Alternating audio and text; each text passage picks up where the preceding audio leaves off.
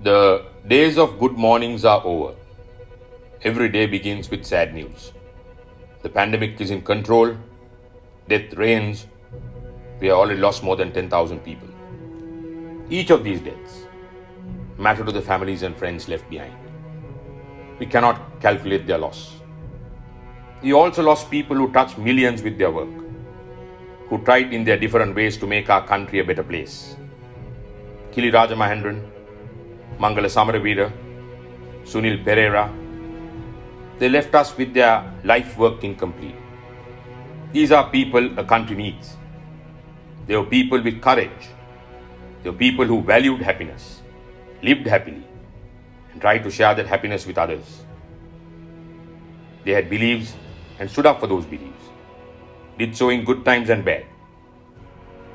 They opposed racism, religious extremism, discrimination.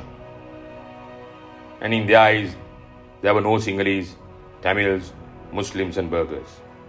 No Buddhists, no Hindus, no Christians. In their eyes, everyone born here was a Sri Lankan. And more than that, a human being. The only caste, the only tribe they accepted was a human one. They knew that every life mattered. They hated differential treatment. They wanted a colorful country. A country where people of all sorts could live safely and happily. They worked to make those dreams a reality. They were influenced by the conviction that social equality is the only basis of human happiness.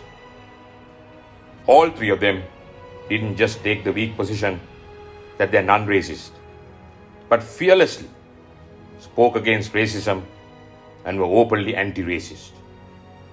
Now, why these losses? Is it the country's fate to lose its best? Was an early death their fate? Or is it because of a government that listened to myth and ignored medical opinion, allowing the pandemic to creep into every corner of the island? We just don't know.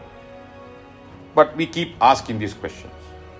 Now, we didn't value their beautiful and important message when they were alive. We were too blind and deaf. Maybe the shock of their deaths can open our ears and eyes.